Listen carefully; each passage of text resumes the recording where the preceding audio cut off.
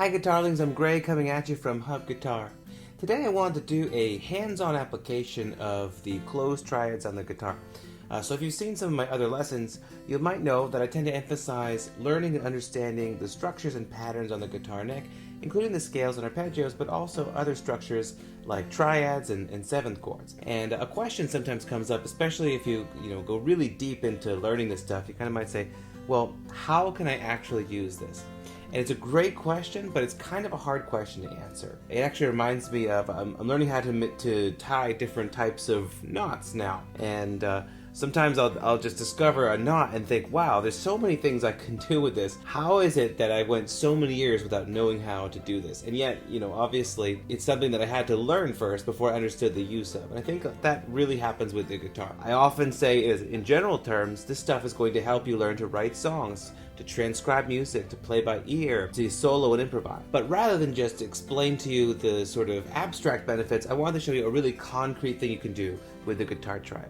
So today's lesson, in terms of a music theory perspective, I wouldn't really even count it as intermediate, but there's going to be a little bit of theory involved. But in terms of pushing notes down on the fretboard, it's definitely very much beginner friendly. So if you feel like your theory is a little bit behind, don't worry. Try to hang in there and keep up. Try to look at the logic I'm using, and hopefully you'll find it useful. So if you're just joining us, closed position triads are a chord or 3-note chord that can be played within the span of an octave and with using 3 strings.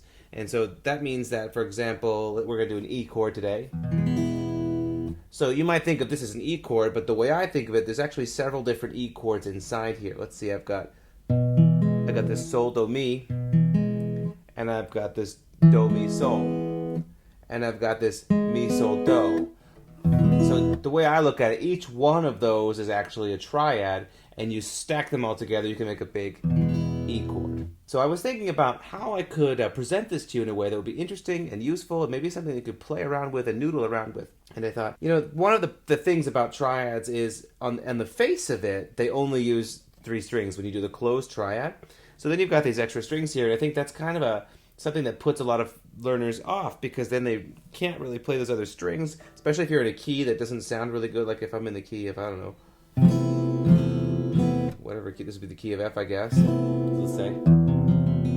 I don't necessarily like what's going to happen with those open strings. So I thought, okay, one really cool thing to do would be to find a key that would work really well with some of these open strings and some triads, and kind of combine those two things together. So what do we have for open strings? We've got E, A, D, G, B, E. And then you kind of can think about, well, what keys work really well with those? And the first one that comes to mind is probably the key of C major. On the face of it, sounds like C major would be a really good key to play a lot of open strings, and it kind of is. But, this E is the third of the key of C major. And, that's not the most useful note to have, especially if you're going to be playing it pretty much constantly. The reason being, when you switch to a chord, especially the 5 chord, the G chord, that's not going to sound very good. And same thing is true, but to a less extent, for the key of G. If we're in the key of G, it's actually better now, because that E, those E's are the 6th of the key, which is a bit more of a stable tone. This B is the 3rd, so it's kind of useful, but I thought, hey, what if we did the key of E? Now that sounds kind of counterintuitive, because, G is not in the key of E, so we can't use the G open string. But actually, in the key of E, the outer 2 strings are the root of the key, and the second string, B, is the 5th of the key. And those are 2 notes that will almost never be offensive in the key of E. And so something really interesting happens with the harmony here. You could say that in the key of E, there are certainly some chords that the note E itself doesn't sound that great on. However, the ear will always tend to be willing to tolerate that note, because it's the root of the key. It's Do. So when I'm playing in the key of E, even when I play a relatively dissonant chord with that E, theoretically that's not a great harmony, but the ear kind of goes, that kind of works, because I'm anticipating that E to go somewhere back to the root. So the ear is kind of holding on to that, and that to me makes it a lot less dissonant. So I chose the key of E for this exercise, and that makes the triads on the strings 3, 4, and 5. So if we just start with this open E chord, open, 2, 2, 1, open, open. What do we got? Well, we're going to drone these E's the whole time, as well as this B the whole time. This all is going to happen on the strings 3, 4, and 5. Okay? So this is what we would call a second inversion triad right here. We've got B and E and G sharp right there. So what I want to do in this case is follow what we call cycle 2, which is just a fancy way of saying I'm going to go up to the next chord in the key from here. So if E major is the first chord of the key, you might know that the chord sequence is major chord, minor chord, major, major, minor, diminished, and that just follows the scale. So we've got E major, the next chord is going to be a minor chord, and it's going to be F sharp minor.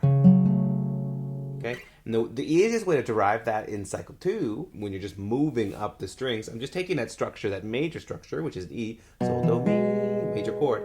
Now, if I go, well, geez, you know, the root of the key E, and the second note of the scale F sharp, those are a whole step apart. Okay, so I know that something's going to happen where the first chord is going to move up a whole step. Okay, so actually that could be the first step. I could go, hey, let me take this chord, move it up a whole step, and then I think, well, you know, the F sharp chord, the second chord is a minor chord. It's not a major chord. And what are we going to do to make that a minor chord? Well, I know if I was still in this E, right, I'd have to lift that up to get my E minor, right? Well, same kind of logic applies. If I've moved that up here already to the 4th fret, to make that a minor chord, I would need to take my index finger and move it down to flatten that third, because my third is on the third string. The third of the chord, which is the third of the F sharp chord, which is the A, is on the third string.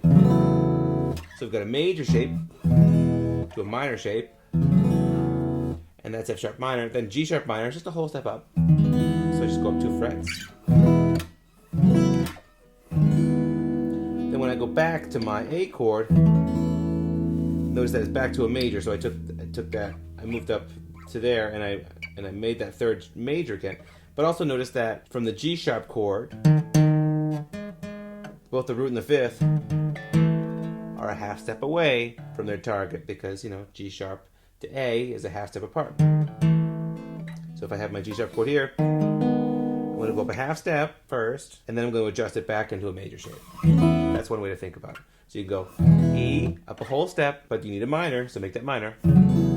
Now from this minor up to the next minor, you just move that up a whole step. Okay? And then from this minor to a major, well, you can go up a half step, and then turn it back into a major.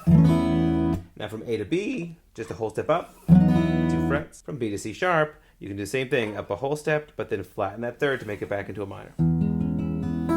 So I hope that isn't too confusing, but that's just an easy way to move up and down the chords within a key without thinking too much about the specific notes and intervals you're playing. You can just, if you're going cycle 2, if you're going up to each consecutive chord of the key, you can just think about basically 2 things.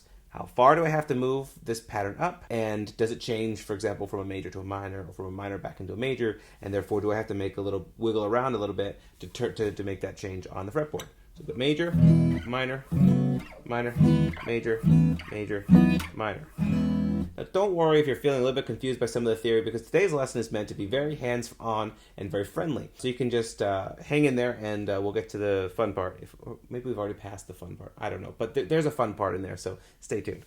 And then we're going to go from the C sharp chord to the diminished chord. And so that's kind of a weird one, but you think, well, you know, this is the 6th note of the key, right? The 6th chord of the key, C sharp, going to the 7th chord of the key. So that in and of itself is a whole step motion. La to T is a whole step.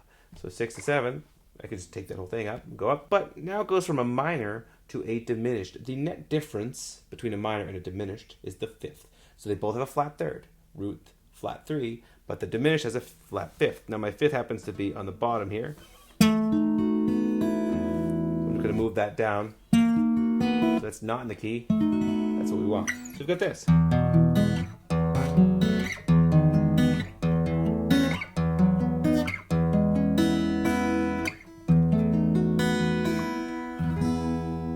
You can go all the way back up to this E here, which is 12 frets above where you started. So now that we've explored all those chords, I want to show you how easy it is to come up with something that sounds cool using these voicings, remembering that the root and the 5th always sound good no matter what you're doing, basically. So here we go. I'm going to start with my 1 chord, and I'm really just going to play random strings, knowing that they're all basically going to work.